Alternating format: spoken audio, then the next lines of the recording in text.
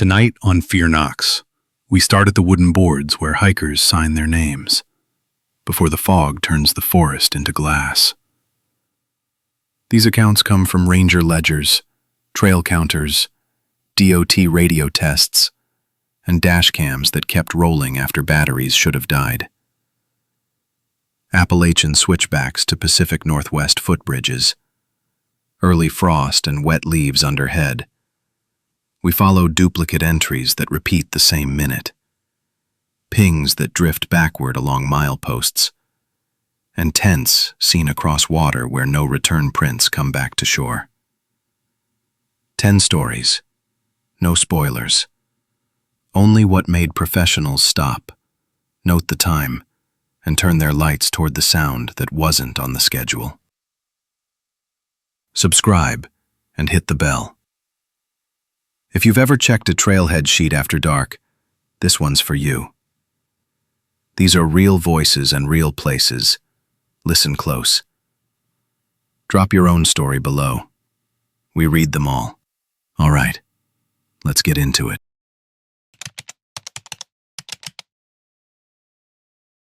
I've been a seasonal ranger for 4 summers now, mostly working the backcountry trails of the North Cascades National Forest. My kit is standard: radio, GPS, bear spray, first aid, and a clipboard for the daily log checks. It's a job of routine and vigilance, especially with the weather shifts we get this time of year. Today, the weather was shifting hard. The fog started rolling in around 3 o'clock, a thick, damp blanket that swallowed the peaks and then descended into the valleys. By 5, the light was already fading, the air heavy with moisture and the scent of wet pine needles. My last task for the day was to close the Blackwood Creek Trailhead. It's a popular spot for day hikers, but with the visibility dropping and dusk settling, I knew anyone still out there was either lost or pushing their luck. I drove the patrol vehicle down the winding gravel road, the fog headlights barely cutting through the gray. The world outside the truck's cab was muted, sounds absorbed by the damp air. When I pulled into the trailhead's gravel lot, the only other vehicle present was an old, beat-up Ford F-150, mud-splattered and faded green.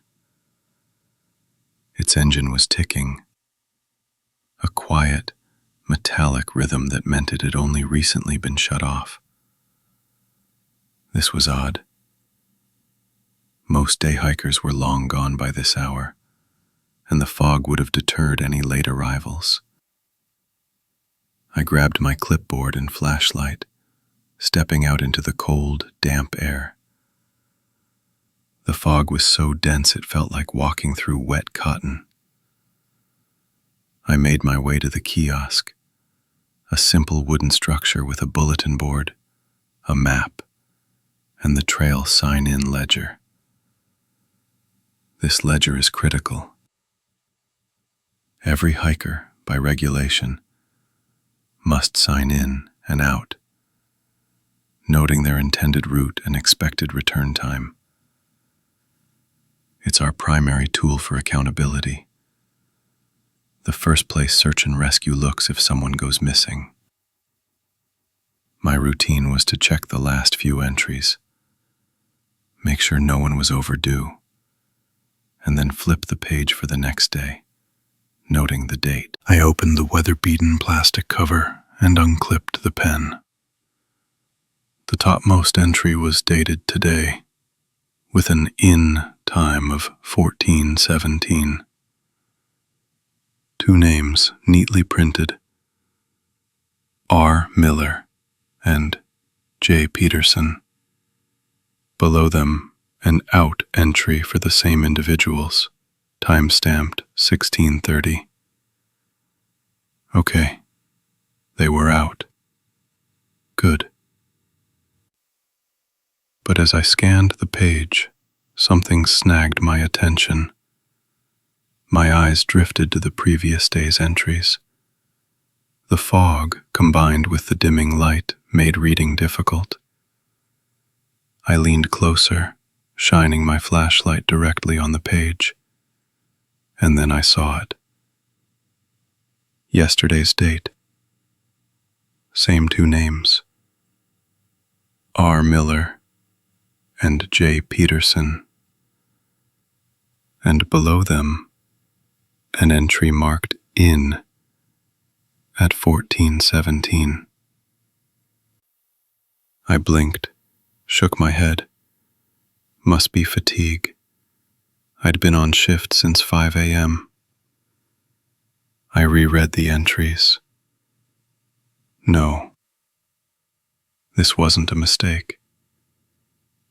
The names were identical, the handwriting a precise, almost calligraphic script that was distinct. And the timestamp, 14:17, was an exact match for yesterday's initial sign-in. Today's entry showed them signing in at 14:17, then out at 16:30. Yesterday's showed them signing in at 14:17, and then out at 16:30. It was a perfect, mirrored duplication of the entries, down to the minute. But the ink on today's entries was fresh, dark, not faded like yesterday's. It looked like it had been written moments ago. My stomach tightened. I double-checked the current date on my watch, then the date I'd written at the top of the new page. No error there. The entries were fresh for today, yet they were exact copies of yesterday's, and they were signed in at 14:17, well after any reasonable time for a day hike to begin, especially with the fog rolling in. And I was closing the trail. I glanced back at the green pickup truck. The engine ticking had stopped. The silence was absolute, save for the distant, muffled rush of Blackwood Creek. I tried my radio. "Dispatch, this is Ranger Unit 7, checking in from Blackwood Creek. I have an unusual situation here. Do you copy?" Nothing but static. I tried again, adjusting the antenna. "Dispatch, Unit 7, Blackwood Creek. Radio check, over." More static, then silence. The fog seemed to thicken, pressing in, making the world feel small and isolated. My primary communication protocol had failed. I couldn't just leave it. The ledger was compromised, and there was a vehicle whose occupants had seemingly signed in twice for the same hike at the same exact time on consecutive days. And they were still out there, or at least their truck was here. I had to investigate. The protocol for a missing party or unusual activity dictates waiting for backup if possible, but with the radio dead and the light fading, waiting felt wrong. I grabbed my heavy-duty flashlight and started towards the trailhead proper. The path was already slick with fog-dampened earth and fallen pine needles. The air was cold, damp, and tasted faintly of ozone, like before a storm. I remembered a clear summer morning, sitting by this same creek, eating a sandwich and watching a kingfisher dive. Such a simple, peaceful memory, so different from this oppressive quiet. 100 yards in, the trail crossed Blackwood Creek via a sturdy wooden footbridge. The sound of the creek was louder here, a constant rushing murmur beneath the bridge. I swept my flashlight beam across the planks, looking for any recent footprints, any sign of passage. The wood was damp, but there were no distinct boot prints. The fog swirled around the supports, making the water below look like a churning gray void. I felt a prickle on the back of my neck. I continued another 50 yards, listening intently. Nothing. No snapping twigs, no distant voices, no sounds of movement. Just the creak and the oppressive silence of the fog-shrouded forest. It was too quiet. Too still. I turned back, my flashlight beam cutting a tunnel through the fog. As I approached the kiosk again, I kept my eyes on the green pickup truck. It sat motionless, a dark shape in the swirling gray. Its engine was completely silent now. I walked past the kiosk, heading directly for the truck, my boots crunching softly on the gravel. As I reached the driver's side, I swept my light over the windows. They were fogged over from the inside. I tried the door handle. It was locked. I leaned in, wiping a patch of condensation from the side window with my sleeve, and peered inside. The cab was empty. No gear, no packs, no water bottles. Nothing to indicate anyone had been using it for a hike. It was almost too clean. Then, as my light passed over the dashboard, I noticed something. Tucked into the sun visor clip, a small laminated card. I squinted, trying to read it through the glass. It was a park permit, dated for the previous year, and below it a handwritten note, scrawled in the same precise calligraphic hand as the ledger entries. R. Miller. I backed away slowly, my flashlight beam wavering. The silence was absolute now. The radio was still dead. I looked from the truck to the kiosk, then back to the truck. The fog seemed to press in even tighter, obscuring the distant tree line. The hair on my arms stood on end. There was nothing to do but leave and report what I found, knowing it wouldn't make sense. I climbed back into my patrol vehicle, started the engine, and drove out of the lot, leaving.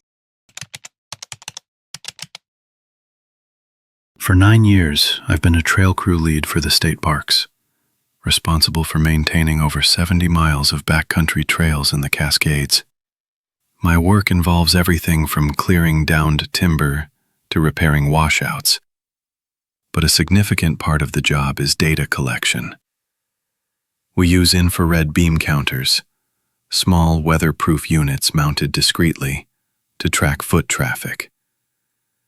These counters provide crucial data for resource allocation, trail planning, and justifying budgets. They're reliable, usually, and give us a clear picture of trail usage. The Maple Creek Bridge is one of our older structures, a triple-span wooden footbridge crossing a tributary that feeds into the main river. It's a popular spot for day hikers and backpackers heading into the deeper wilderness. The counter there typically logs between 50 and 80 crossings on a busy summer day, tapering off to maybe a dozen or two in the colder months. At night, it usually registers nothing, or maybe 1 or 2 deer or elk if they happen to wander through. That's why the log entry that came in on my tablet at 17:30 caught my attention. The system flagged an anomaly. Maple Creek Bridge, 02 to 03, 12 crossings. 12 distinct breaks of the infrared beam in a single hour, in the dead of night, on a trail that sees almost no nocturnal human activity. My first thought was a malfunction.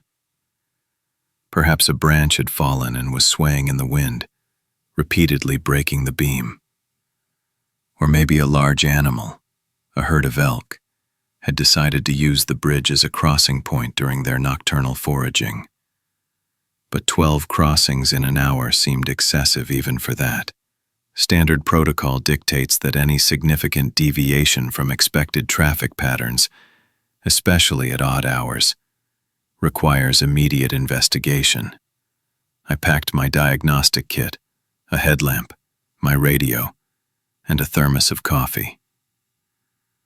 The sun was already dipping below the ridge, and a thick mist was beginning to roll in. The hike to Maple Creek Bridge is about 3 miles, mostly downhill through a dense alder grove. The air grew heavy with moisture, and the scent of damp earth and decaying leaves filled the air.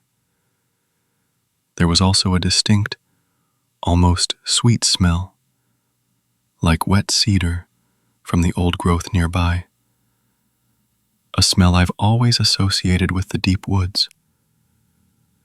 The trail itself was already slick with mist and a fresh layer of leaf duff. As I navigated a particularly tricky section of exposed roots, my foot slipped on a patch of wet moss, sending a jolt up my leg. I caught myself before falling, but a dull ache started in my knee, a reminder to be more careful in the fading light. It was a minor misstep, but it pulled my focus for a moment from the task at hand. By the time I reached the bridge, it was fully dark. The mist so thick my headlamp beam seemed to dissipate within a few yards. The creek below gurgled louder than usual, swollen from recent rains. The bridge planks were dark with moisture, glistening faintly under my light. I knelt beside the counter unit, mounted discreetly on the railing post on the far side of the second pier. I connected my handheld diagnostic tool. The display glowed green. Status, nominal. Beam integrity, 100%. Power, optimal. No error codes. No signs of physical damage. No loose components. The device was functioning perfectly. I swept my headlamp across the bridge deck, looking for any obvious cause. No broken branches. No debris caught in the beam path. The planks themselves were smooth, worn by years of foot traffic, now slick with condensation and compressed leaf duff. That's when I saw them. Not boot prints, which would have been unusual for the time, but not unheard of. These were barefoot impressions, pressed clearly into the thin layer of wet, decaying leaves. They started at the approach to the bridge, distinct and evenly spaced. Left, right, left, right. The pattern was almost too perfect, like a stencil or a repeated stamp. The prints were shallow but clear, indicating something with weight had passed, not just a light scuff. My mind immediately tried to rationalize it. A prank? Someone had hiked out barefoot in the middle of the night? It seemed absurd. I followed the prints, my headlamp beam fixed on the ground. They continued across the first section of the bridge, over the first pier, a sturdy concrete support sunk into the creek bed. The pattern remained consistent. Left, right, left, right. Each print seemed to echo the one before it, a copied pattern. The bridge has 3 sections, spanning the creek in wide arcs. The prints continued across the second section, over the second pier, another concrete support. I reached the far side of the second pier, where the third section of the bridge began, the section that led to the counter and then off into the trail beyond. And there, at the edge of the second pier, where the planks of the third section began, the prints simply stopped. Abruptly. There were no scuff marks, no drag marks, no sign of a turnaround. The perfect left, right sequence simply ended. The leaf duff beyond was undisturbed, a smooth, unbroken expanse under my headlamp. It was as if whatever made the prints had walked to that exact spot and then vanished. I swept my light back and forth, slowly, meticulously. Nothing. No prints leading off the bridge, no prints returning. The counter, I remembered, was positioned just past this point, meaning anything that continued would have triggered it. And the counter had registered 12 crossings. 12. That would imply 6 round trips, or 12 distinct unidirectional events. But these prints only went one way, and they didn't even complete that single journey across the sensor. The professional protocol for a miscount is to identify the cause and rectify it. But here, the evidence contradicted itself. The counter was working, yet the physical evidence of movement was incomplete and inexplicable. I couldn't attribute these prints to an animal. They were clearly bipedal. I couldn't attribute them to a person who completed the crossing, because the prints ended. I stood there for a long moment, the mist swirling around me, the gurgling creek suddenly sounding less like water and more like a hushed whisper. I tried to recall a warm summer afternoon, years ago, when I'd sat on this very bridge, eating lunch, watching trout rise in the clear water, feeling the sun on my face. The memory felt distant, unreal, a stark contrast to the cold, unsettling dread that now settled over me. With a deep breath, I reset the counter. The diagnostic tool confirmed it. 0 crossings. I logged the anomaly in my field journal. Maple Creek Bridge, 02 to 03, 12 counts. No identifiable cause. There footprints observed, terminating abruptly at far side of second pier. Counter reset.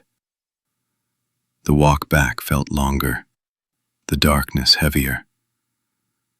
Every snap of a twig, every rustle in the undergrowth, made me stop and listen. The mist clung to my clothes, cold and damp. The counter would begin logging again. What would it register next? I didn't know. And for the first time in my career, the unknown felt less like a puzzle to solve, and more like a presence I had just disturbed. The late shift had a way of blurring the edges of the world, especially when the fog rolled in off the peaks. I'd been on patrol in this sector for 12 years, covering the high desert and the sprawling mountain ranges that carved through the state. My cruiser, Unit 7, was a second home, its console lights a familiar constellation in the dark. Tonight, the only sound was the low hum of the engine and the occasional crackle from the radio, punctuated by the rhythmic sweep of the wipers clearing a fine mist that clung to the windshield. It was just past 0200 when the call came in. Dispatch reported a stalled vehicle, possibly an older sedan, somewhere on the old service road that snaked up the eastern face of Mount Cinder. The cell ping was vague, a typical problem in this area of spotty coverage, but it placed the phone roughly 2 miles up the road from the main highway access. My experience told me this was likely a dead battery, a flat tire, or a tourist who'd ignored the road closed to public signs. I acknowledged the call, flipped on the spotlight, and turned off the paved highway onto the gravel track. The service road was maintained for utility access, power lines, communication towers, but rarely saw traffic. A heavy steel gate, secured with a chain and padlock, blocked the entrance. I retrieved the master key from my belt, the cold metal biting into my gloved hand, and swung the gate open, relocking it behind me. Standard procedure. The road immediately began to climb, switchbacking sharply up the ridge. It was narrow, just wide enough for a single vehicle, with steep drop-offs on one side. The fog thickened here, reducing visibility to maybe 50 feet. I slowed the cruiser, letting the high beams cut through the vapor, revealing the rough gravel surface and the occasional spray of pine needles. The smell of damp earth and pine was heavy in the air, a scent I'd associated with these mountains since I was a kid, hiking with my father. It was a comforting smell, usually. My MDT, mobile data terminal, was mounted on the dash, displaying the updated cell triangulation data. The initial ping had been at an estimated 2.1 miles up the service road. I watched the mileage counter on my dash. At 1.5 miles, I refreshed the MDT. The estimated location jumped to 2.3 miles. An anomaly, but not unheard of. Sometimes a phone would try to connect to a different, more distant tower as I moved, causing the triangulation to recalibrate. I made a mental note, assuming it was just the terrain playing tricks. The service road had a series of numbered turnouts, each marked by a faded wooden post. I passed turnout 1, then turnout 2. The posts were weathered, the paint peeling, but the numbers were still legible. I was relying on these markers, along with the MDT, to gauge my progress and the potential location of the stalled vehicle. My core protocol for these kinds of calls was to maintain a steady pace, visually scan for hazards, and cross-reference all available data. At 2.0 miles on my odometer, I refreshed the MDT again. The estimated location now read 2.8 miles. Still moving forward, just faster than I was. I felt a flicker of annoyance. This kind of drift made pinpointing a target difficult. I pressed on, my tires crunching over loose rock. Then, at 2.5 miles, I saw it. Just beyond the next curve, through a momentary thinning of the fog, a faint, rhythmic pulse of amber light. An emergency beacon. It flashed, slow, like a deep, measured breath, then faded, then returned. It was a standard roadside flare or a battery-powered LED beacon, the kind people carry for breakdowns. My heart rate picked up. I was close. I accelerated slightly, eager to reach the stranded motorist. The beacon was a good sign. It meant someone was actively trying to signal. As I rounded the curve, the light disappeared. Odd. It should have been directly ahead. I slowed again, straining my eyes. Nothing. Just the impenetrable fog and the dark outline of the ridge. I stopped the cruiser, killed the engine, and rolled down the window. The silence was absolute, broken only by the distant, almost imperceptible whisper of the wind through the pines. No sound of a struggling engine, no cry for help. I checked the MDT. My odometer read 2.7 miles. The cell ping, however, now showed the phone's location at 1.8 miles. I stared at the screen, then at my odometer. That wasn't right.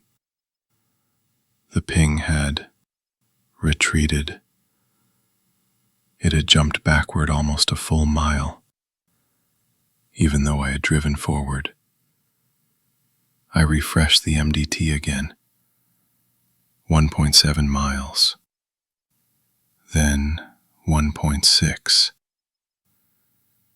With each refresh, the estimated location drifted further behind me, down the road I had just traveled. My initial thought was a system glitch. The MDT could be temperamental in these mountains. But the beacon, I'd seen the beacon. It was real. Dispatch Unit 7, I called in. I'm on the Mount Cinder service road, approximately 2.7 miles up. Visual on an emergency beacon, but no vehicle. Cell ping is erratic, showing location moving backward from my position.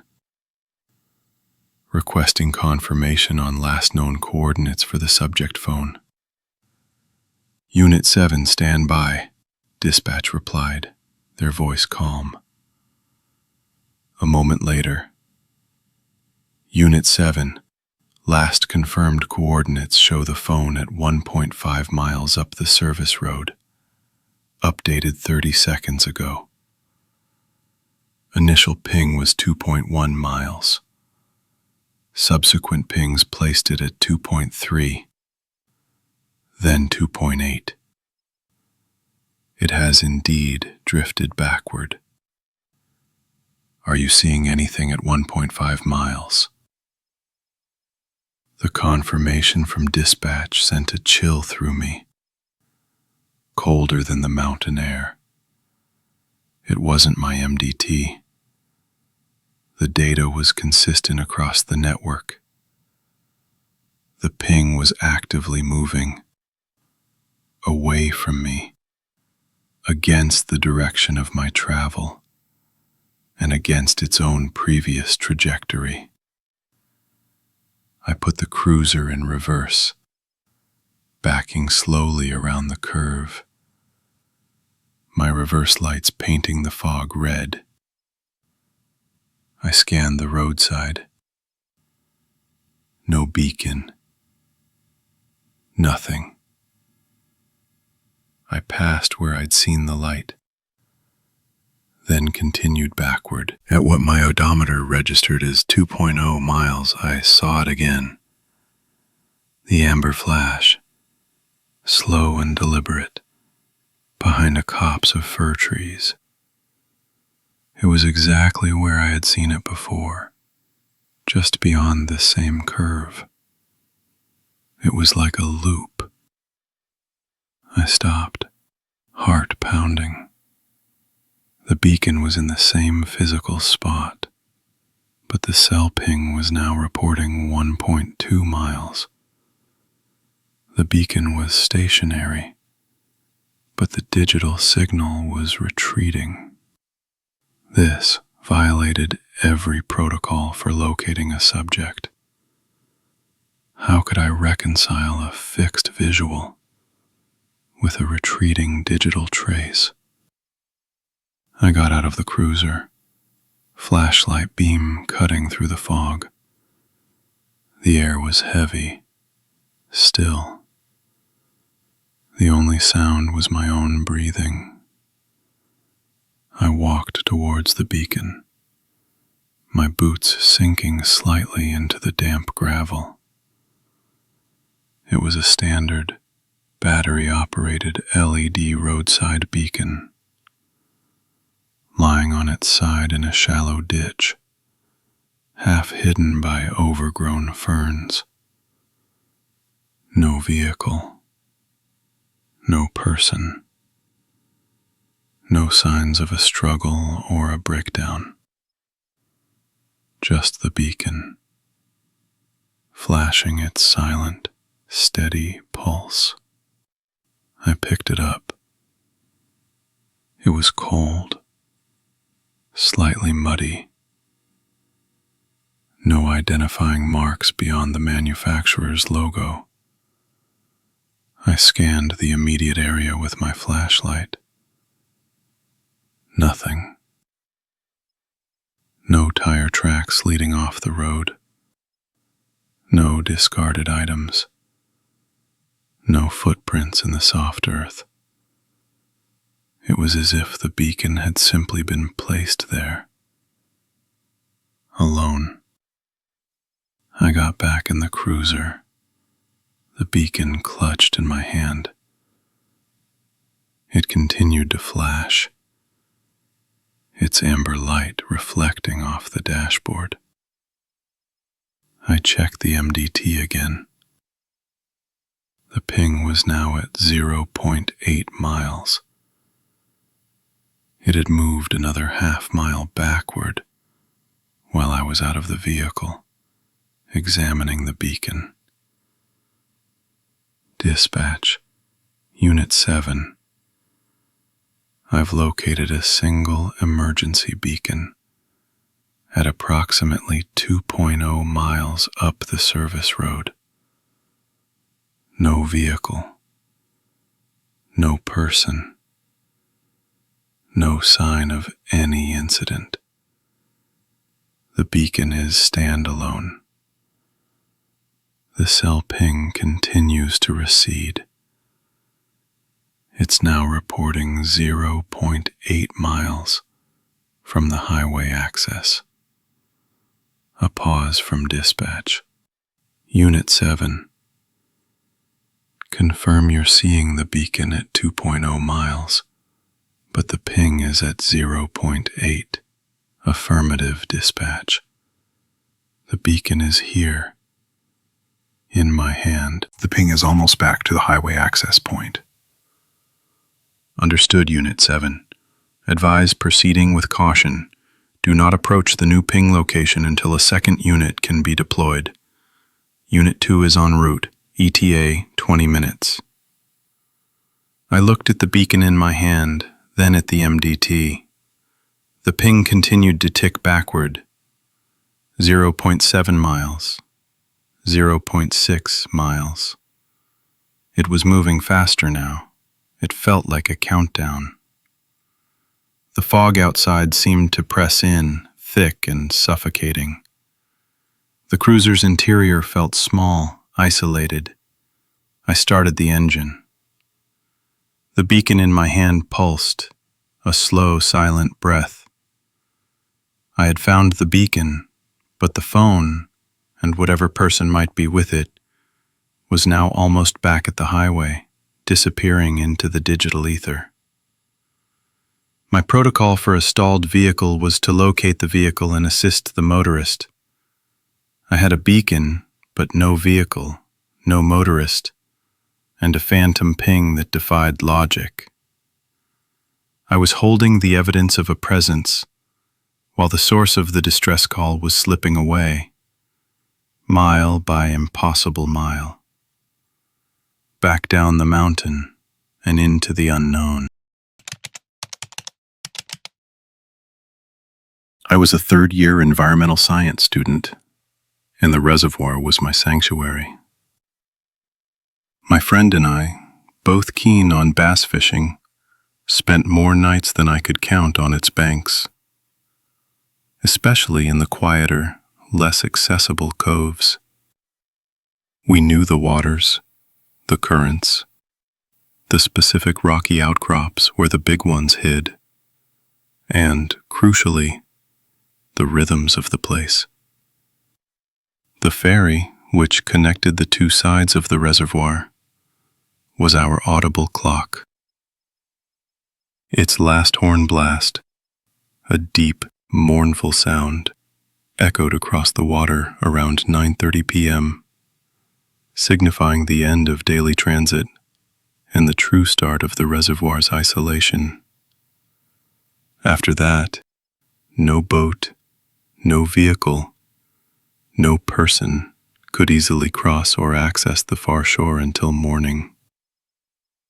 On this particular night, the air was still and cold, carrying the damp scent of wet earth and pine needles. We'd set up our portable chairs and tackle boxes on a small gravel spit that jutted into a narrow inlet. Our headlamps cast focused beams onto the water, illuminating the occasional ripple as we cast our lines. The familiar click of my reel, the gentle splash of the lure, the anticipation of a strike. It was a comfortable, almost meditative routine. The ferry's final call had come and gone, leaving behind a profound silence punctuated only by crickets and the distant call of an owl. Around 11 p.m., I was scanning the opposite bank with my headlamp, checking for any signs of wildlife, when the beam caught something unexpected. Across the inlet, perhaps 150 yards away, nestled among a cluster of young aspens, was a blue dome tent. It was zipped shut but sagged slightly, as if deflated or poorly pitched. My headlamp beam, a bright, concentrated spot, reflected sharply off several taut guy lines stretching out from its sides, almost like a spider's web catching dew. "Hey, look," I murmured to my friend, pointing with my chin. Someone left their tent. My friend squinted through the darkness. Must have packed up in a hurry, or forgot it. It wasn't unheard of. Sometimes, after a weekend, campers would leave behind gear, usually junk. We continued fishing, dismissing it as a minor anomaly. The water was calm, reflecting the sliver of moon like a polished obsidian mirror. I remember the distinct, metallic tang of the cold air, sharp against my tongue, often a precursor to an approaching weather front. But as the next half hour passed, the tent gnawed at me. It was too late for someone to be setting up, and too early for them to have packed out. There were no lights inside, no sounds of movement. The last ferry had been hours ago. The nearest road access to that side of the reservoir was a good 10 miles away, and the water was far too cold for anyone to swim across at this time of year. "It doesn't make sense," I finally said, reeling in my line. No one could have gotten over there after 9:30. And if they were there earlier, why no lights? Why no activity? My friend, usually more pragmatic, frowned. "You're right. It's weird." We decided to investigate, or at least confirm our suspicions. We packed up our gear, the familiar weight of the tackle box and rods a comforting presence. The drive to the small, gravel ferry landing on our side was quick. The lot was empty, just as it should be. No cars, no trailers. The last ferry had indeed departed. We checked the small logbook kept by the ferry operator, confirming the final departure time. It was 9:28 p.m. "Okay," my friend said, his voice low. "So no one drove over, and no one could have ferried over." Our next step was to drive the long, winding road around the reservoir to the other side, to the general area where we'd seen the tent. It took us almost 40 minutes. The road was unlit, the darkness absolute beyond our headlights. We parked off a small, unmarked track that usually led to a secluded fishing spot, then hiked through a dense stand of pines towards the cove. The ground was soft, damp gravel and pine needles, perfect for retaining impressions. We found the tent exactly where we'd seen it, still zipped, still sagging. My headlamp illuminated it, the blue fabric looking almost sickly in the stark beam. We walked around it cautiously, calling out, "Hello? Anyone here?" Our voices were swallowed by the vast silence. No response. Then, about 20 feet from the tent, near the water's edge, we found them. Distinct boot prints, size 10 or 11, clearly defined in the damp gravel. They led directly from a small break in the tree line, past the tent and down to the water. They were clean, no mud, no scuffs, just clear indentations. We followed them to the water's edge, and there they stopped. Abruptly. There were no prints leading back out. We walked several hundred yards in both directions along the shoreline, our headlamps sweeping the bank, searching for any sign of return. Nothing. Just the clean, undisturbed gravel. The water was still, reflecting our lights like a black mirror, showing no disturbance, no recent entry or exit. It was utterly baffling. How could someone walk into the water and simply not walk out? And why would they leave their tent perfectly pitched, but empty and silent? "We need to call someone," I said, the words tasting dry in my mouth.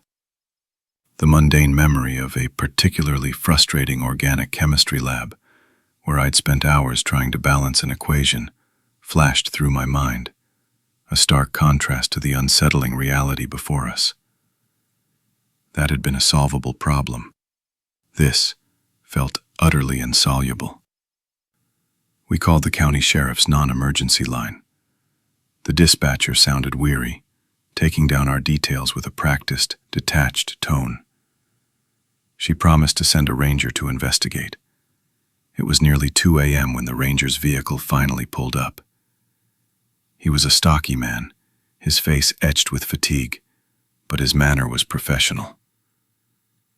We explained everything, pointing to the tent, then to the footprints. He listened patiently, then walked to the water's edge, examining the prints with his own powerful flashlight. He knelt, tracing the outline of a boot with his finger. "No return prints, you say," he murmured, standing up. He tried hailing the tent, his voice booming across the still cove, but received no answer. He then pulled out his radio, calling in the situation, requesting a patrol boat. "Problem is," he explained, lowering the radio, "the nearest patrol boat is 2 hours out, minimum, and without a vehicle at the landing, or any other clear evidence of a missing person. This is a low priority. I can't cross the water alone at night, and a full search and rescue operation requires more than just some footprints. Protocol dictates we wait for daylight to properly assess the area, establish a perimeter, and coordinate resources." It was a clear procedural barrier, a logical step that felt utterly inadequate against the chilling silence of the tent and the inexplicable prints. He looked at us, then back at the tent. "You two should head home. Get some sleep." We left him there, a lone figure by the water, his vehicle's taillights slowly receding down the unlit track. The blue tent remained, a silent, saggy silhouette against the rising moon, its skyline still catching the faint light like an intricate, empty trap. The image of those clean, Unreturning footprints burned in my mind. The next morning, driven by an unsettling compulsion, we drove back to the reservoir. The sun was up, casting long shadows. We reached the cove. The tent was gone. Not a trace. The ranger's vehicle. I've been with the Department of Transportation for 17 years, mostly working the mountain districts.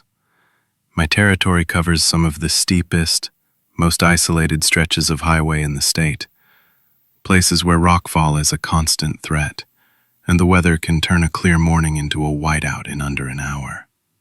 My job primarily is structural integrity, bridges, culverts, and most often guardrails. I know these roads like the back of my hand. Every curve, every drop-off, every patch of black ice that lingers in the shadows long after sunrise.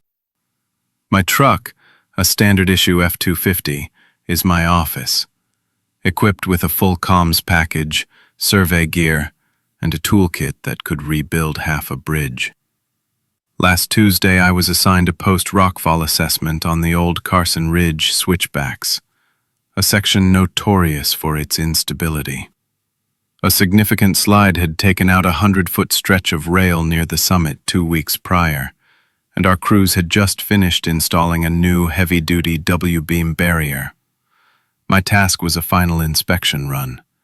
Drive the full length, check every bolt, every anchor, every terminal end, and perform regular radio checks to confirm signal integrity along the route. Standard procedure. The morning started clear, crisp, the kind of autumn day that makes you appreciate the high country. I logged my departure from the district office at 7:12, noting clear skies and a temperature of 48 degrees Fahrenheit. My first radio check came at the base of the ridge, 7:25. Dispatch, this is Unit 7 commencing Carson Ridge inspection. How do you read? Unit 7, loud and clear. Proceed. The voice of the morning dispatcher was a familiar, reassuring presence. I started the climb, the truck's engine humming a steady rhythm. The switchbacks here are tight, carved into the mountainside with sheer drops on one side and often an overhang on the other. It's a road that demands focus. I drove slowly, keeping an eye on the newly installed guardrails, checking for any signs of improper tensioning or alignment. The new rail gleamed, a stark silver against the dark rock face. It felt good to see it in place, knowing it would protect drivers. My second check came at the third switch, 0745. Dispatch, Unit 7, passing third switch. Guardrails appear solid. Signal check. Unit 7, solid copy. All good. I continued, the air growing colder as I gained elevation. Around 0810, a light fog began to roll in, not thick enough to obscure visibility entirely, but enough to soften the edges of the peaks and give the landscape an ethereal quality. I remember thinking how quickly the conditions could change up here. I'd seen it countless times. One time, years ago, I was caught in an unexpected blizzard, and the snow came down so fast I had to abandon my truck and hike out. I ended up sheltering in an old ranger cabin, eating stale crackers for 2 days, just waiting for the plows to clear the road. That kind of self-reliance is ingrained in mountain work. I reached the halfway point, a long, exposed section that ran along a talus slope, the ground littered with loose rock. This was where the major rockfall had occurred. The new guardrail here was particularly robust, anchored deep into the bedrock. I pulled over, engaged the parking brake, and got out to visually inspect the anchors. The fog was thicker now, swirling around me, damp and smelling faintly of wet earth and pine. I ran my hand along a fresh bolt, feeling the cold steel. The air was still, save for the distant cry of a hawk. Everything seemed secure. Back in the cab, I initiated my next radio check. It was 0835. Dispatch, Unit 7, halfway point. Guardrail inspection complete on this section. Signal check. I waited for the usual prompt reply. Nothing. Just the hiss of static, then silence. I frowned. That was unusual. Our repeater network up here was generally reliable, designed to cover every inch of these critical routes. Maybe I was in a dead spot, though this section had always been clear before. I tried again, pressing the transmit button. Dispatch, Unit 7. Repeat. Halfway point signal check. Do you copy? Still nothing. Just a longer stretch of static this time. I checked the radio unit itself, tapping the display. The signal strength indicator showed a single, weak bar flickering. That was definitely wrong. I'd sworn it was showing 2 bars just a few minutes ago. I must have glanced at it too quickly. Or maybe the fog was playing havoc with the signal. A minor oversight, but one that could be critical in an emergency. I decided to move on, thinking I'd pick up a better signal around the next bend, which led into a notorious blind hairpin turn. It was a tight, nearly 180-degree curve, often slick with moisture and prone to ice. As I approached it, the fog thickened considerably, reducing visibility to perhaps 50 feet. I slowed to a crawl, hitting the hazard lights. The amber flashes pulsed, reflecting off the swirling vapor, a steady, rhythmic click, click, click, like a metronome in the silence. I rounded the hairpin, the truck's tires crunching softly on the gravel shoulder. The new guardrail here was also pristine, but the sheer drop on the outside of the curve was obscured entirely by the mist. I stopped the truck, engine idling, right at the apex of the turn. It felt like standing on the edge of the world.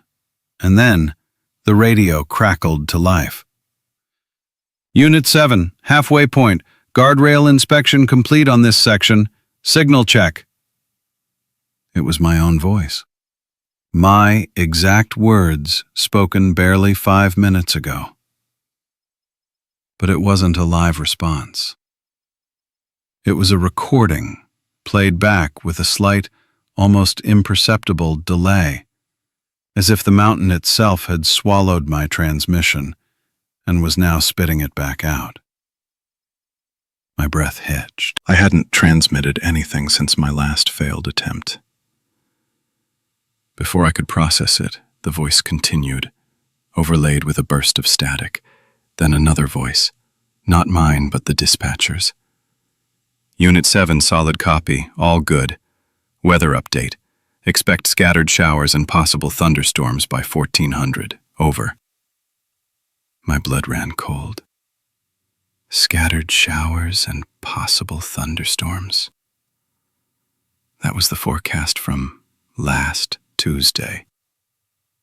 Not today. Today was supposed to be clear until late afternoon. I remembered the dispatcher's exact words from a week ago, because I'd logged that forecast in my daily report. It was impossible. I stared at the radio, the single weak signal bar still flickering. The hazard lights continued their metronomic click. The fog pressed in, muffling all sound. I felt a cold dread seep into my bones, a sensation far deeper than the chill of the mountain air. This wasn't just a repeater delay. This was a temporal echo. A ghost in the machine, playing back a conversation that had already happened, mixing it with my own past transmission. "Dispatch," I said, my voice tight. "This is Unit 7. Urgent signal check. What is your current weather advisory for Carson Ridge?" Silence. The hiss of static. Then, after a long, agonizing pause, my own voice, distorted now, barely recognizable, came back. "Dispatch, this is Unit 7. Repeat. Halfway point. Signal check. Do you copy?" The loop was complete.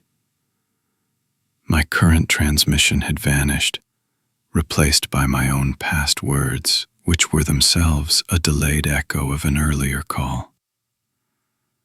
It was a closed circuit, a feedback loop that swallowed the present and regurgitated the past. The protocol for maintaining communication, for logging conditions, for ensuring safety, was utterly broken.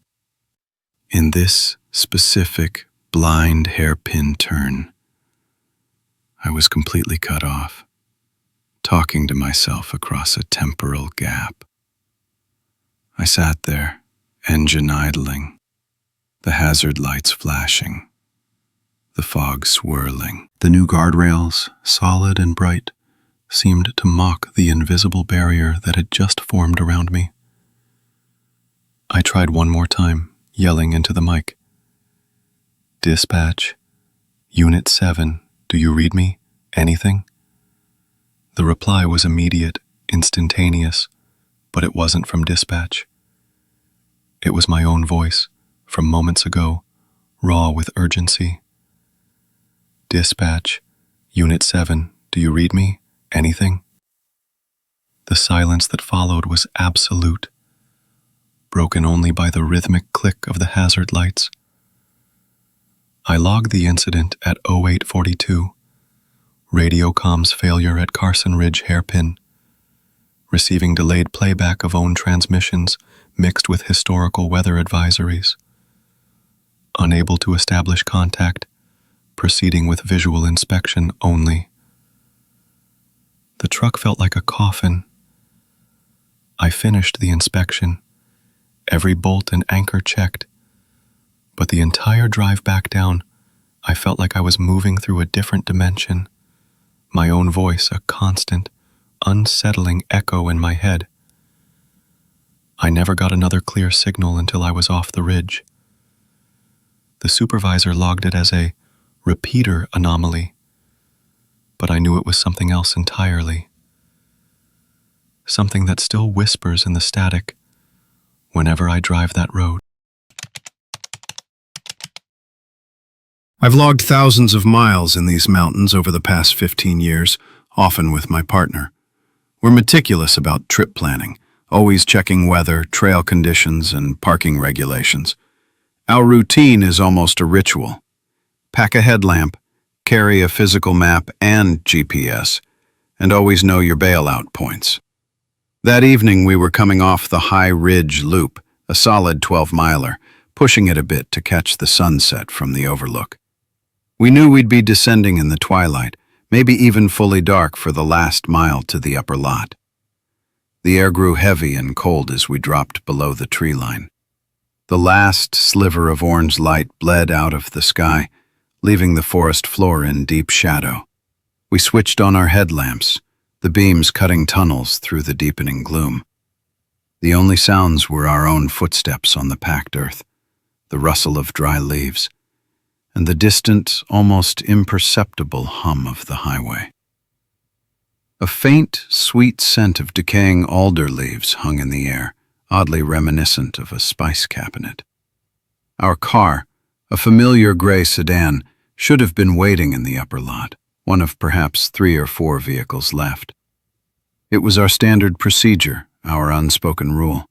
Cars stay in designated, clearly marked parking areas. Any deviation, any closure, would be posted at the trailhead or communicated via official channels. As we rounded the final bend, the upper lot should have been visible, a dark patch of asphalt under the skeletal branches of the pines. Instead, a figure stood near the entrance, silhouetted against the faint ambient glow from the valley below.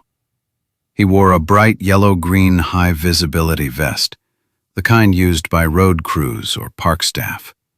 Even in the dim light, I could make out a generic, non-specific logo on his chest, a stylized mountain peak and tree that could belong to any regional authority. As we approached, he raised an arm and waved, a broad, sweeping gesture, not toward the upper lot where our car was, but down a narrow, unpaved track that veered off to the right.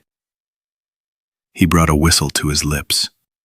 The sharp, piercing blast cut through the quiet, a sound so sudden and jarring it made me flinch.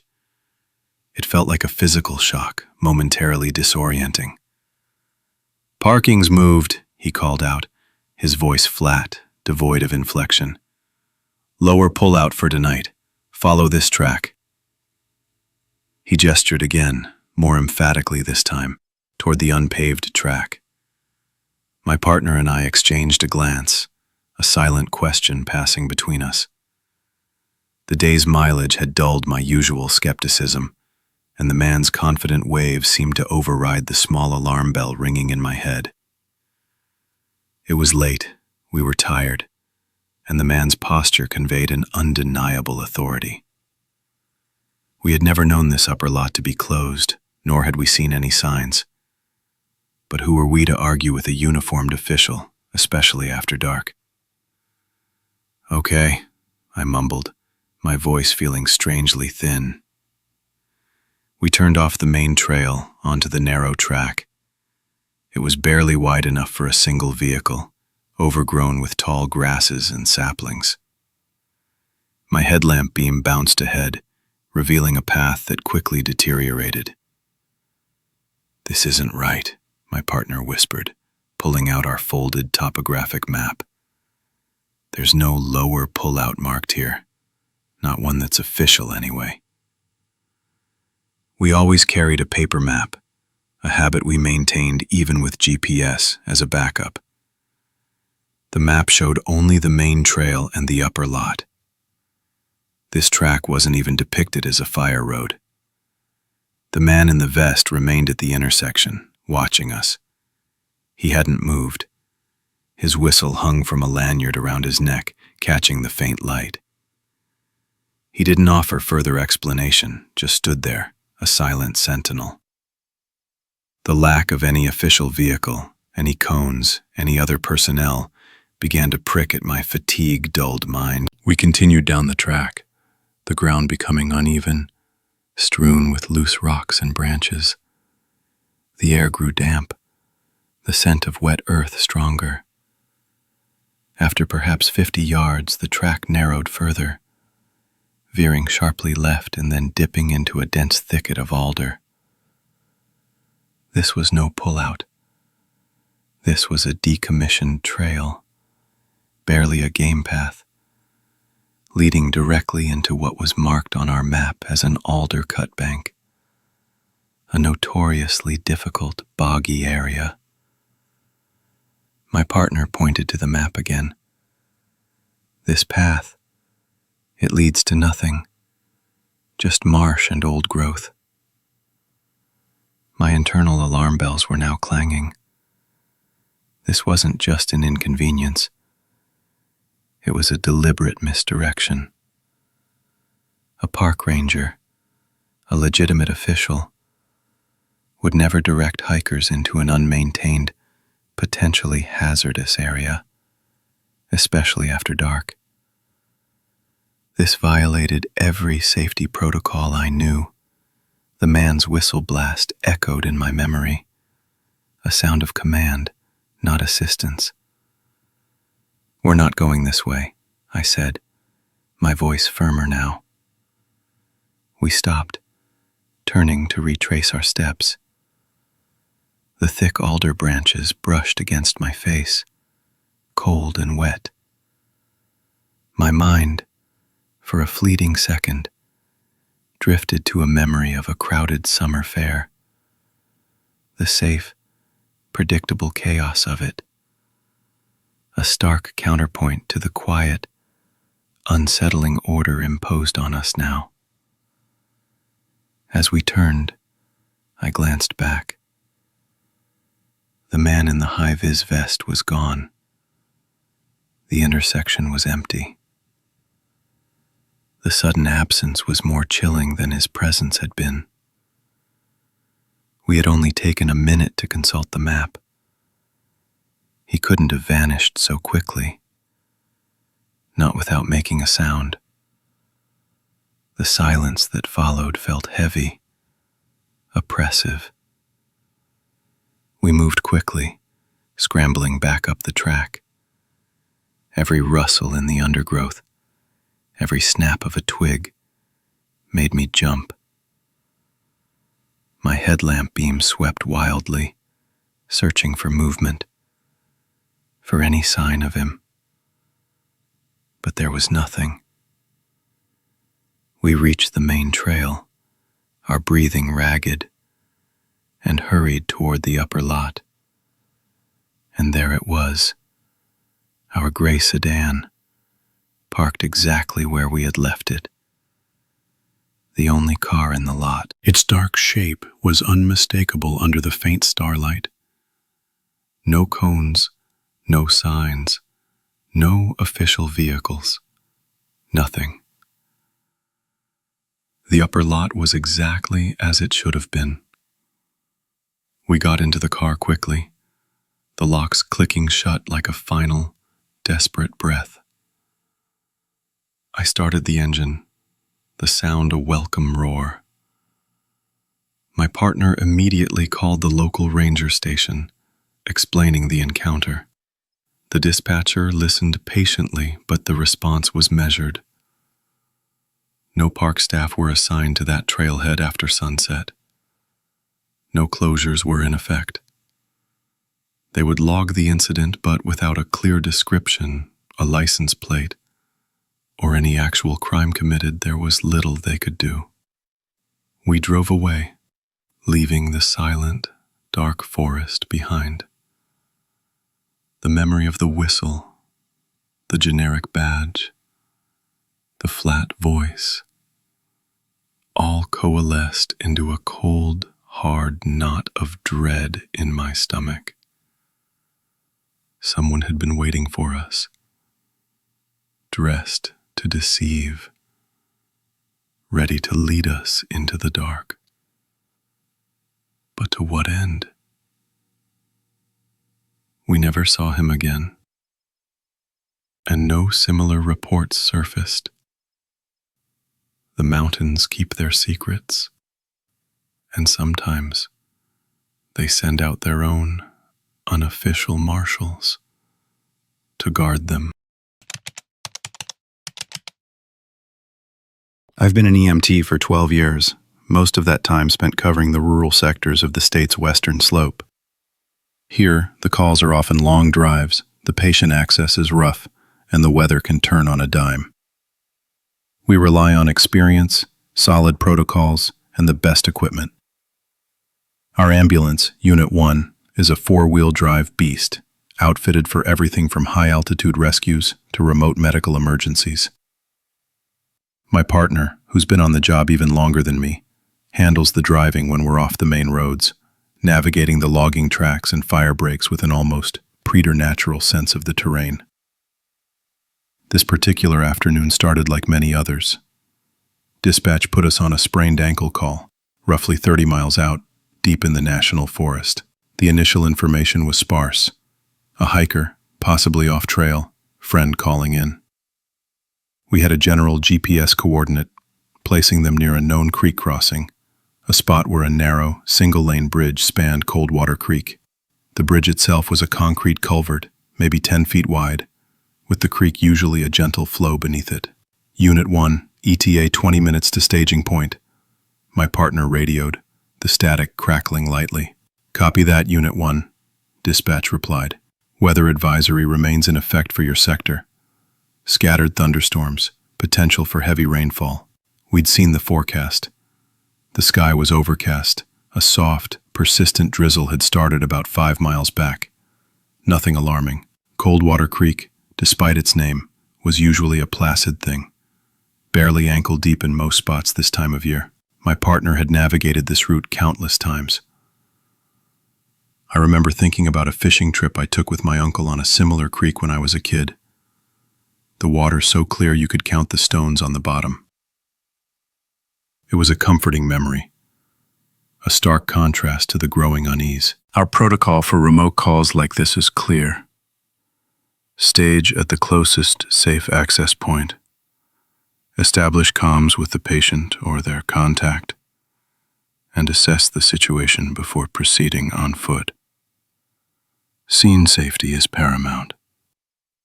Never, under any circumstances, do you cross moving water that obscures the ground beneath it. It's a rule hammered into us, a non-negotiable. As we approached the creek crossing, the drizzle intensified. The sound of rain on the ambulance roof went from a patter to a drumbeat. The road, already muddy, began to slick. We pulled up to the culvert, parking the ambulance on the high ground just before the bridge.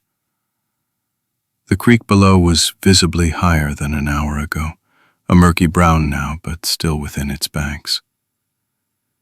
The culvert hummed with the increased flow, a low thrumming vibration that resonated through the ground. I tried the caller's number again, the friend who'd reported the sprained ankle. It went straight to voicemail. I sent a text asking for an update on their condition and precise location. A few minutes later, a reply came through, a new GPS pin. It was about half a mile upstream from our position, further into the forest, away from any established trail. They moved, I told my partner, showing him the phone. Or they were never at the culvert to begin with. My partner frowned, looking at the map on his tablet. That's a rough section, steep banks, no easy access from our side. Just as we were discussing our next move, the sky opened up. It wasn't just heavy rain. It was a deluge. The kind that drops visibility to 20 feet in seconds, turning the windshield into a streaky blur. The sound was deafening, a solid sheet of water pounding everything. I'd seen storms like this before, but usually they built up. This felt like a sudden, violent switch. Within minutes, the creek began to swell at an alarming rate. The low thrum from the culvert escalated to a deep growl, then a roar. The water level rose visibly against the concrete abutments of the bridge. It started carrying debris. Leaves, then small twigs, then larger branches, spinning and vanishing into the churning brown. The distinct smell of damp earth and pine needles, usually pleasant, was now overshadowed by the metallic tang of ozone and the raw scent of disturbed soil. I tried the caller's number again. No answer. I texted, "Are you safe? Where exactly are you?" No reply. "Dispatch Unit 1, I radioed, my voice tighter than I intended. "We are at the Coldwater Creek crossing. Heavy rainfall, flash flood conditions developing rapidly. Creek is rising fast. Patient contact has gone silent after sending a new GPS pin upstream. Copy, Unit 1. Advise on patient status." Dispatch responded, their voice calm but with an underlying urgency. "Unable to make contact. Unable to access patient location due to water levels.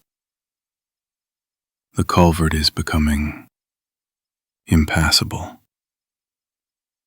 As I spoke, a substantial log, perhaps 20 feet long, slammed into the upstream side of the culvert, lodging momentarily before the incredible force of the water tore it free and sent it spinning downstream. The culvert was no longer humming. It was bellowing, a deep, guttural sound like a freight train barreling through a tunnel. My partner pointed. Look. The water was no longer contained by the culvert. It was surging over the road, a powerful, muddy torrent. Our staging point, which had felt safe moments ago, was rapidly becoming precarious. The rule about never crossing moving water was now irrelevant. We couldn't even reach the other side of the bridge, let alone the patient. The protocol for patient contact had failed. We were stranded, unable to perform our primary function. We backed the ambulance up 100 yards, finding slightly higher ground, but still within sight of the creek crossing. The rain continued its relentless assault. Through the streaking glass, I watched the creek, now a furious, wide river consuming its banks. The culvert was completely submerged, a dark, churning maw where the road used to be. The roar was constant, oppressive. My eyes kept returning to the upstream bend, the direction of that last GPS pin. The water there was a maelstrom, a chaos of brown and white foam, carrying everything in its path. Trees along the bank were being undermined, their roots exposed, some toppling into the torrent with a sickening crack. There was no way anyone could survive in that water. No way anyone could even see anyone in that water. "Dispatch Unit 1, I said, my voice flat. "We have a confirmed flash flood. Coldwater Creek is over its banks. The culvert is completely submerged. We have no visual on the patient or their contact. Requesting swift water rescue resources to stage when conditions permit." "Copy that, Unit 1. Resources being deployed. Stand by for further instructions." We stood by. The ambulance clock on the dash ticked steadily, but time felt warped, stretched thin by the roar of the water and the chilling silence from the patient. We had followed every procedure, made every call, but the creek had moved faster. It had swallowed the path, swallowed the patient, and left us watching, helpless, as the floodwaters churned and carried whatever secrets they held downstream. The rain showed no sign of stopping. I've been a volunteer steward for 8 seasons, mostly covering the high elevation trails in the Cascades. My beat is a 30-mile loop, a mix of old-growth forest and exposed alpine ridges, known for its challenging terrain and unpredictable weather. My gear is standard issue: GPS unit, satellite communicator, first aid kit, trail tools, and a laminated copy of park regulations. My primary role is trail maintenance, but just as important is visitor education and ensuring the integrity of the backcountry infrastructure. Things like signposts, emergency caches, and those metal map boxes at major trail junctions. A typical patrol starts at dawn. I log my departure time, weather conditions, and intended route with dispatch. Today, September 12th, was crisp and clear, a perfect late-season day. The air carried the scent of pine needles and damp earth. My boots crunched on the frost-hardened trail as I headed towards the first major junction, about 5 miles in. These junction boxes are crucial. They hold official printed maps, area regulations, and sometimes emergency contact information. My protocol for them is clear. Check for damage. Ensure official maps are stocked. Remove any trash, and log any unusual items. The expectation is that everything inside is either official park literature or visitor feedback forms. Anything else, like personal notes or unofficial flyers, is to be removed and recorded. Reaching the junction by 0930, I found the box intact. I unlatched the heavy metal door, pulling it open. Inside, nestled beneath a stack of official trail guides, was something out of place.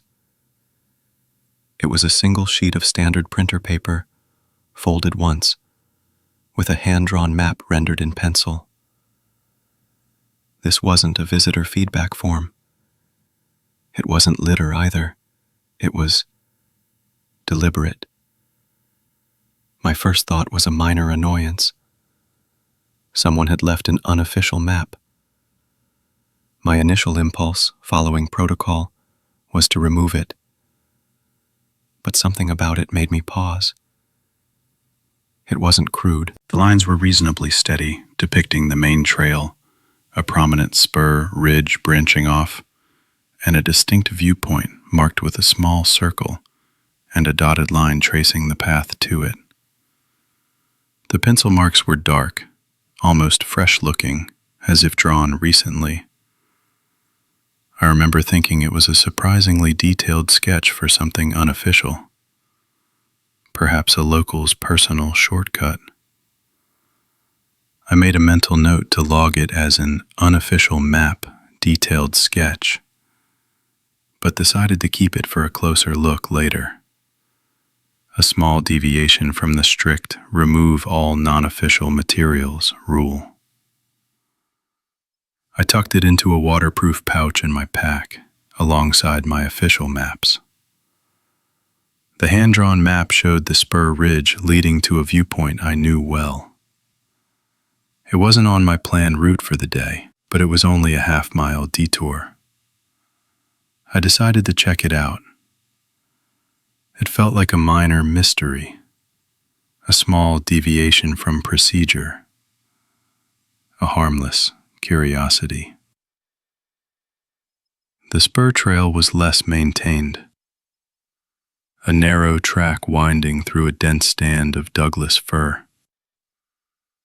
The ground was softer here, covered in thick moss and fallen needles. The air grew cooler, quieter.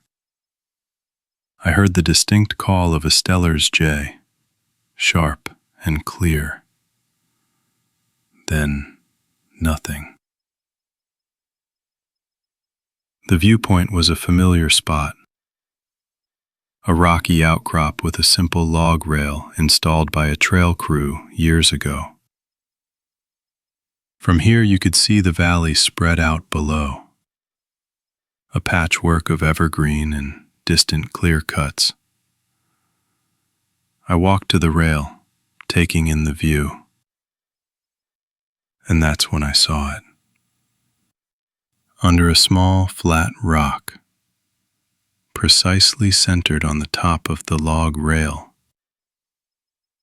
was another folded piece of paper. My breath hitched.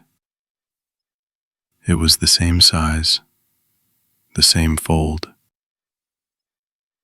I picked it up, my gloved fingers careful. Unfolding it, I felt a cold knot tighten in my stomach. It was identical.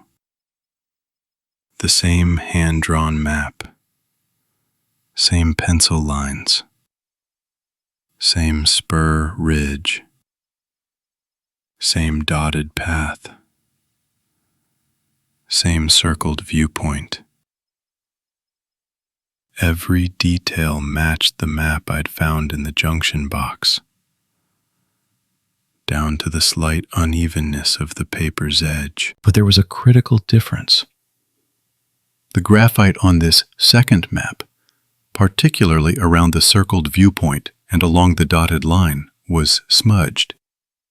Not faded or worn, but actively smeared, as if someone had just finished drawing it and their thumb had brushed across the fresh pencil lead.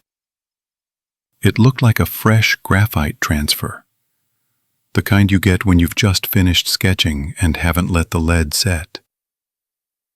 I pulled the first map from my pack. Holding them side by side, the resemblance was uncanny. They were not just similar, they were duplicates. The smudging on the second map was undeniable evidence of recent handling, recent creation. How could two identical, hand-drawn maps, with fresh graphite smudges on one, be in two distinct locations? One in an official information box, the other left exposed at the very destination it depicted. My mind raced, trying to find a logical explanation. Had someone drawn one, copied it, and then placed them? But the smudging implied the drawing was just completed. And why leave one at the destination, exposed to the elements, and the other in the box? It felt less like an accident and more like a deliberate statement. A breadcrumb trail laid for someone specific. For me, perhaps, since I was the one who found them. I checked my GPS. 10:45. I radioed dispatch, reporting my location and that I was extending my patrol to investigate an unusual finding. I kept the details vague, just unusual visitor material. The idea of someone out here, drawing these maps, placing them, and then perhaps watching for them to be found, sent a shiver down my spine that had nothing to do with the crisp mountain air. I thought of a summer when I was a kid, spending hours in my backyard meticulously drawing treasure maps for my younger sibling, carefully aging the paper with tea. Those were innocent games. This felt different, darker. I examined the ground around the viewpoint, looking for footprints, any sign of recent presence. The moss was undisturbed, the pine needles uncrushed. There was nothing. No discarded pencil. No other personal effects.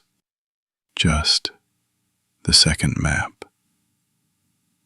Waiting. The protocol for unofficial materials was to remove them. But this wasn't just litter or a misplaced note. This was a deliberate act, a communication of some kind, using a map as its medium. My standard procedures felt entirely inadequate. I carefully folded both maps and placed them together in a separate, sealed bag in my pack. The thought of leaving the second map there, for another unsuspecting hiker to find, felt wrong.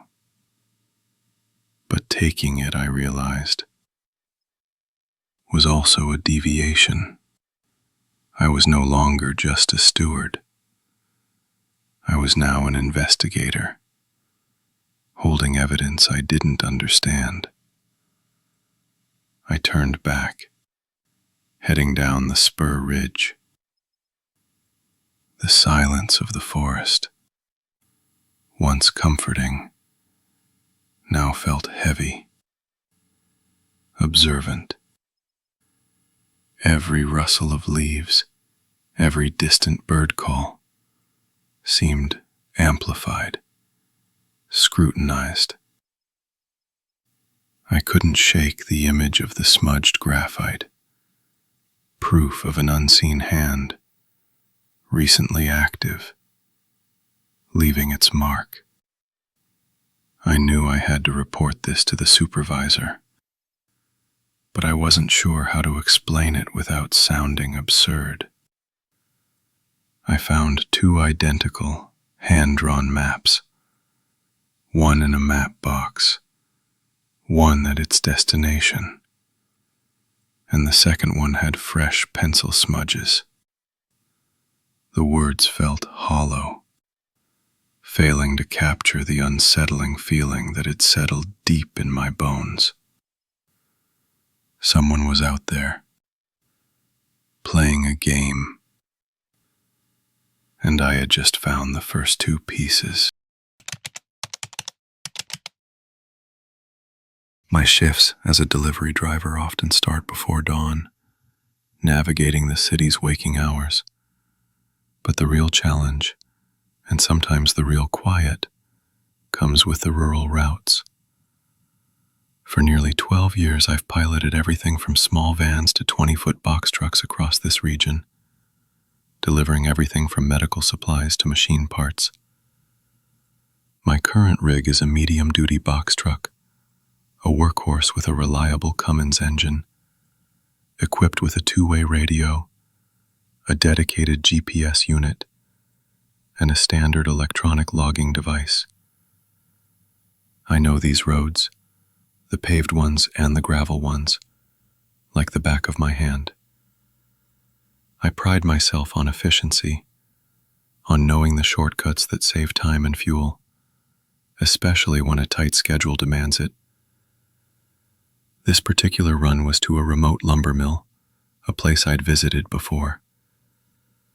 The most direct route involved a stretch of Forest Service road, a well-maintained logging track that shaved 20 minutes off the drive compared to the paved loop. It was a clear Tuesday morning, the air crisp and carrying the distinct scent of damp earth and pine. I'd checked my manifest, confirmed the load, and set my GPS for the mill's coordinates. Everything was routine. The protocol for these remote roads is clear. Maintain radio contact, log your entry and exit points, and pay attention to mile markers. Cell service is spotty at best, so the 2-way radio is your lifeline. My standard procedure is to call dispatch when I turn onto the logging road, report my entry point, and estimated time of arrival at the mill. I did just that, confirming I was on FS Road 34, entering at mile 0. Dispatch acknowledged, gave me a green light, and wished me a safe run. The gravel crunched under the tires, a familiar sound. The truck handled the washboard section smoothly. I was making good time, enjoying the solitude of the forest. I remembered a summer trip with my family when I was a kid, driving through similar forests, windows down, the wind rushing through the car. My dad had pointed out deer tracks and explained how the logging industry worked. Simple, good memories. Then it happened. Not a jolt, not a bang, just a sudden, silent flicker across the dashboard. The check engine light flared, a violent orange. Immediately the traction control light joined it, a stark yellow icon. My eyes flicked to the speedometer, then to the odometer. The speedometer needle was steady, showing 40 miles per hour, but the odometer had zeroed out. It wasn't just zero, it was blinking. A frantic, rhythmic pulse of 0.0.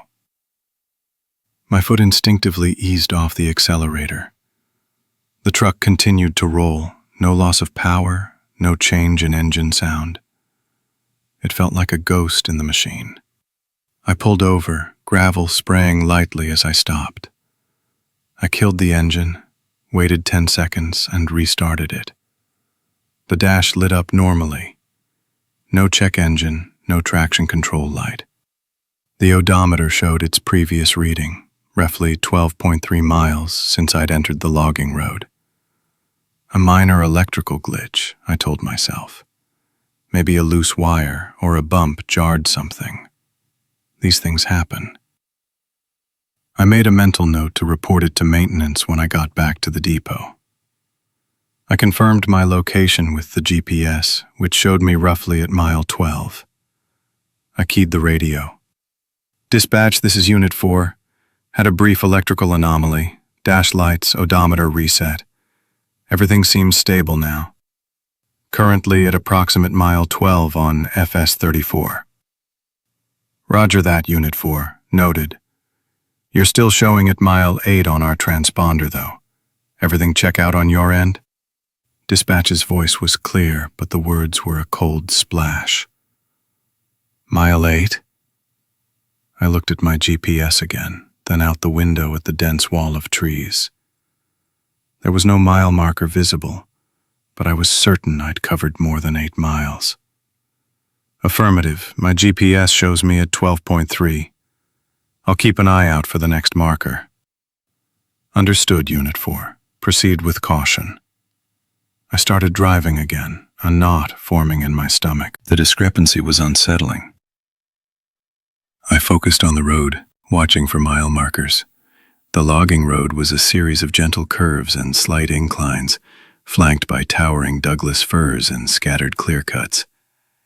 Every spur road looked identical, narrow tracks disappearing into the dark forest, sometimes marked with faded handwritten signs indicating a logging unit number.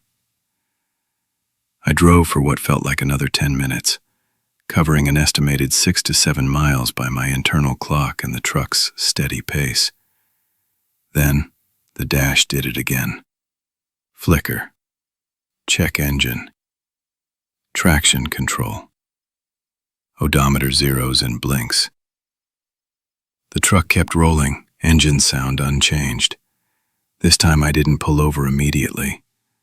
I watched the dash, a cold dread seeping in.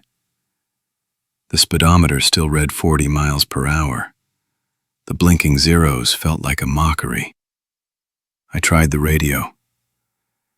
"Dispatch, Unit 4. It's happened again. Dash lights, odometer reset.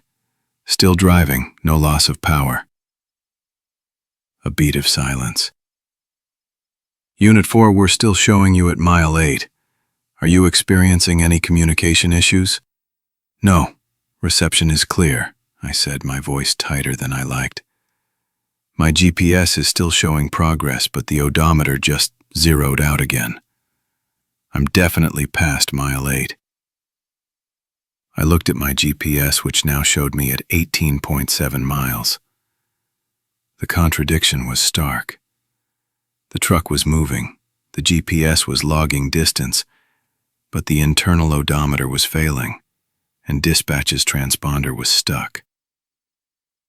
I drove for another few minutes, the silence in the cab punctuated only by the crunch of gravel and the hum of the engine. The trees seemed to press closer, the light filtering through the canopy growing dimmer. The air, once crisp, felt heavy.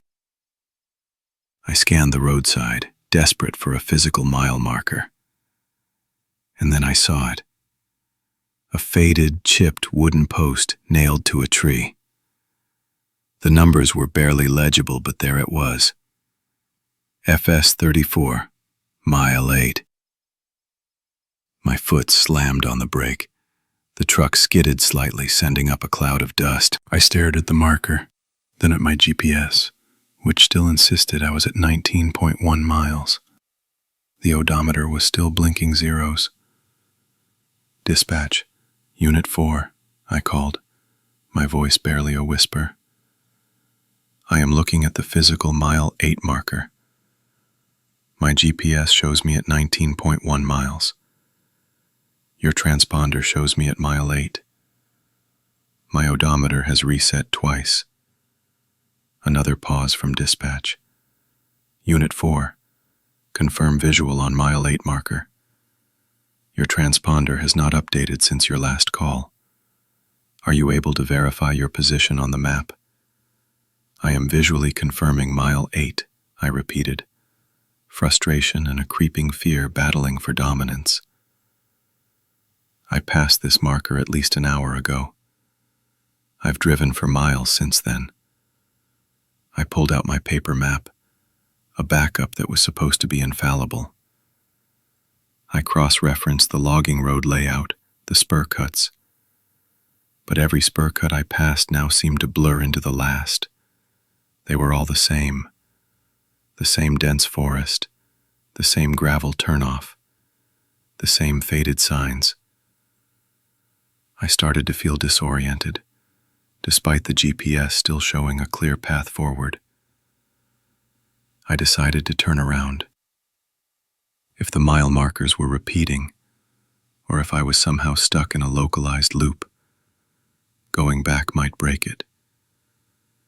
I executed a careful 3-point turn on the narrow road. As I started driving back, the truck's dash flickered a third time. Check engine, traction, odometer to blinking zeros. This time the radio went dead. No static, no hiss, just absolute silence. My professional protocol for communication, my lifeline, had failed. I kept driving, the silence oppressive. The GPS still showed me moving, but now it was showing my direction as south, heading back towards the entry point.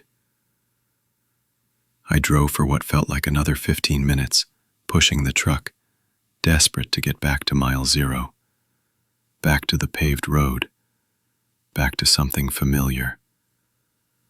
Suddenly, the radio crackled back to life. Unit 4, this is dispatch. Do you copy? Your transponder just updated. You're showing at mile 8, heading north. Please confirm. I slammed on the brakes again. I looked out the window. There, on a tree to my right, was the faded wooden post. FS 34-mile 8. I had driven south for what felt like miles, and somehow I was back at mile 8, heading north according to dispatch. My GPS, however, still showed me heading south at mile 14.2, having made progress. The odometer was still blinking zeros. The truck was still running perfectly. The engine hummed. The tires gripped the gravel. But the instruments were lying, or the road was lying, or something was fundamentally broken in the fabric of my reality. I was moving, but I wasn't going anywhere.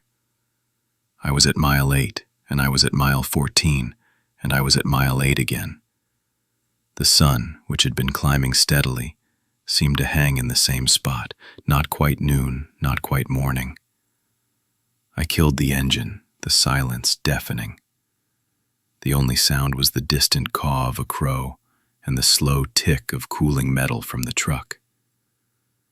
I was alone, deep in the logging road network, with a truck that was moving, but somehow not advancing. For 12 years, my nights have belonged to the park. Not the bustling daytime park of families and joggers, but the quiet, shadowed expanse that settles in after sunset. As night supervisor for this district, my primary responsibility is securing the grounds, ensuring every gate is locked, every vehicle accounted for, and every trail clear before 9 p.m. It's a job of routine, of solitude, and of absolute precision. My patrol vehicle, a standard-issue utility truck, has logged enough miles on these gravel paths to circle the globe. I know the creak of the old oak by the North Picnic Loop, the specific scent of damp earth after an autumn rain, the way the moonlight filters through the pines near the main trailhead. My shift starts at 5. I spend the first few hours doing a final sweep, checking restrooms, emptying trash receptacles, and making sure no stragglers are lingering. Most visitors are respectful of closing times, but occasionally I'll find a fishing enthusiast or a couple enjoying the quiet a little too long. A polite word, and they're usually on their way. By 8:30 p.m., the park should be empty. My final task is always the main gate. I drive the full perimeter, confirming all access points are secure. Then I head back to the main entrance, pull the heavy chain across, and snap the padlock shut. The metallic clang echoes in the stillness. It's a definitive sound, marking the park's transition from public space to a secure, monitored zone. Our monitoring system is robust. We have passive infrared (PIR) triggers, motion sensors, and low-light cameras strategically placed along the main trails and at key intersections. These are particularly sensitive, designed to detect anything from a deer crossing a path to a small child wandering off.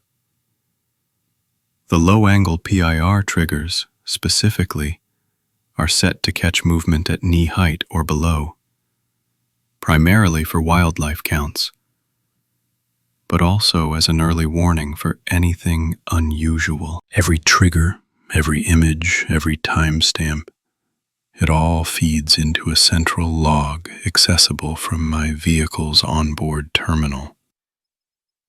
My protocol is clear. Once the gate is locked, the park is empty. Any subsequent alert, especially one indicating movement inside the perimeter, triggers an immediate investigation, ideally with a second unit. Tonight, however, I was on solo patrol. At exactly 2100, I locked the main gate. The air was cool, carrying the sharp, clean smell of pine needles mixed with damp earth.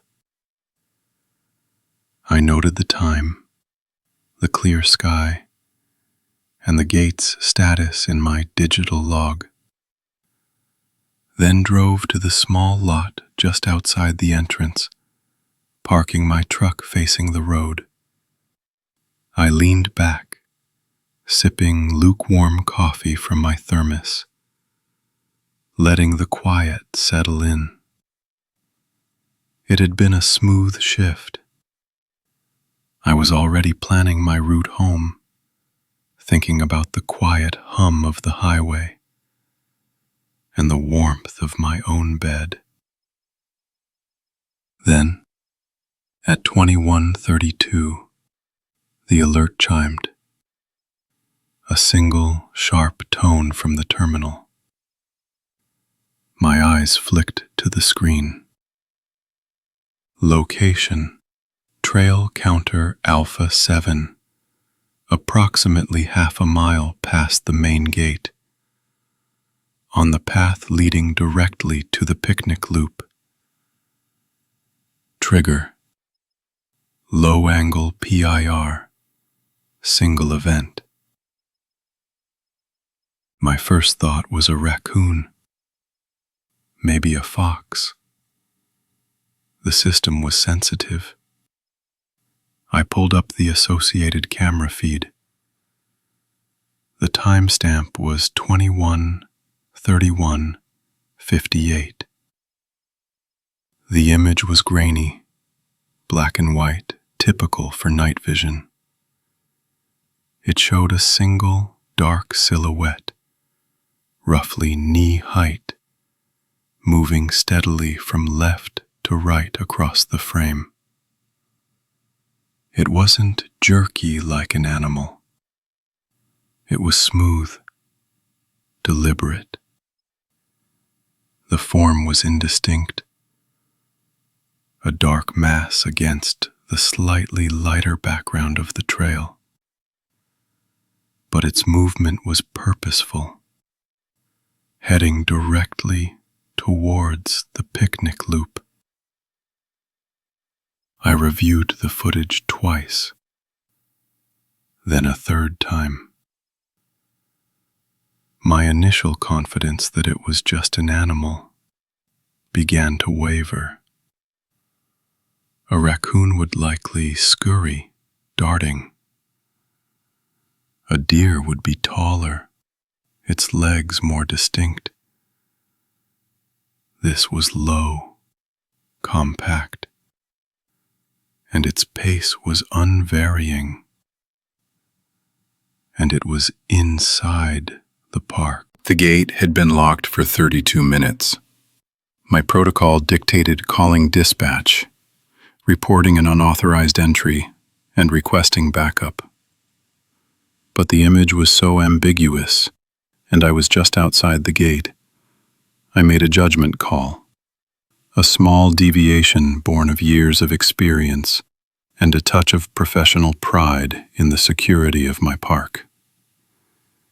I decided to investigate myself first, to confirm the nature of the intrusion before escalating. I keyed the radio.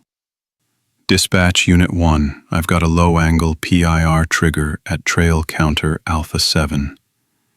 Looks like a possible animal, but I'm going to conduct a quick visual check. ETA 5 minutes. Dispatch acknowledged. My voice was calm, betraying none of the prickle of unease that had started at the back of my neck. I drove the truck back to the main gate. The chain was still tight, the padlock secure. I unlocked it, the heavy brass key cold in my hand, the other keys on my belt jingling softly in the silence. I drove through, relocked the gate behind me, double-checking the padlock. This small, extra step was a habit, a reflex ingrained from years of responsibility. The drive to trail counter Alpha 7 was short. I parked the truck, leaving the engine running, its headlights cutting a bright swath through the darkness. The air inside the cab was warm, a stark contrast to the chill outside. I grabbed my heavy-duty flashlight and stepped out. The low hum of the engine was the only sound. I walked over to the trail counter, a small camouflaged box mounted on a metal post. No signs of tampering. No fresh tracks in the soft earth around it. I clicked on my flashlight, the powerful beam cutting through the darkness as I started down the trail towards the picnic loop. The path was uneven, covered in loose gravel and fallen leaves. The beam danced ahead, illuminating roots and rocks. I moved slowly, scanning the undergrowth, listening. The only sounds were the crunch of my boots and the distant, rhythmic chirping of crickets. I remembered a time, years ago, when my own son, barely knee-high himself, would toddle through these very trails, chasing after butterflies. It was a simple, innocent memory, a stark contrast to the quiet tension of this night. I reached the picnic loop. Empty. The picnic tables stood like dark, silent monoliths. The trash cans were secured. I swept the area methodically with my flashlight, checking under tables, behind trees, even the small covered pavilion. Nothing. No discarded items. No footprints. No disturbed foliage. I checked the logs for the picnic loop sensors. Nothing. No other PIR triggers. No motion alerts. Whatever had tripped Alpha 7 had either vanished or passed through without activating any other sensors. I walked back to trail counter Alpha 7, my mind racing. I pulled out my handheld terminal and replayed the footage from Alpha 7 again. The silhouette was still there, moving steadily towards the picnic loop. Knee height, unwavering pace. It didn't look like a child, too broad, too low to the ground for a typical walk. It didn't look like an animal, too smooth, too deliberate. It was just a shape, a moving void. I stood there on the trail, the beam of my flashlight now pointed at the ground, illuminating the gravel and pine needles. The keys on my belt, the same keys that had locked the main gate, chimed softly as I shifted my weight. A small, metallic sound in the vast, empty quiet of the park. The footage on the terminal screen flickered, showing the inexplicable entry. The park was secure. I had locked it. Yet, something had moved inside, half a mile past the gate, heading towards the picnic loop, and then simply ceased to register. There was no logical explanation, no evidence of a breach, no signs of its presence beyond that single, silent, low-angle image.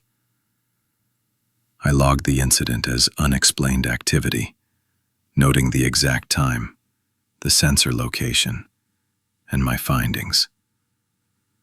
I attached the video clip to the report. I drove back to the main gate, locked it again, and pulled out into the empty road, leaving the park to its impenetrable silence.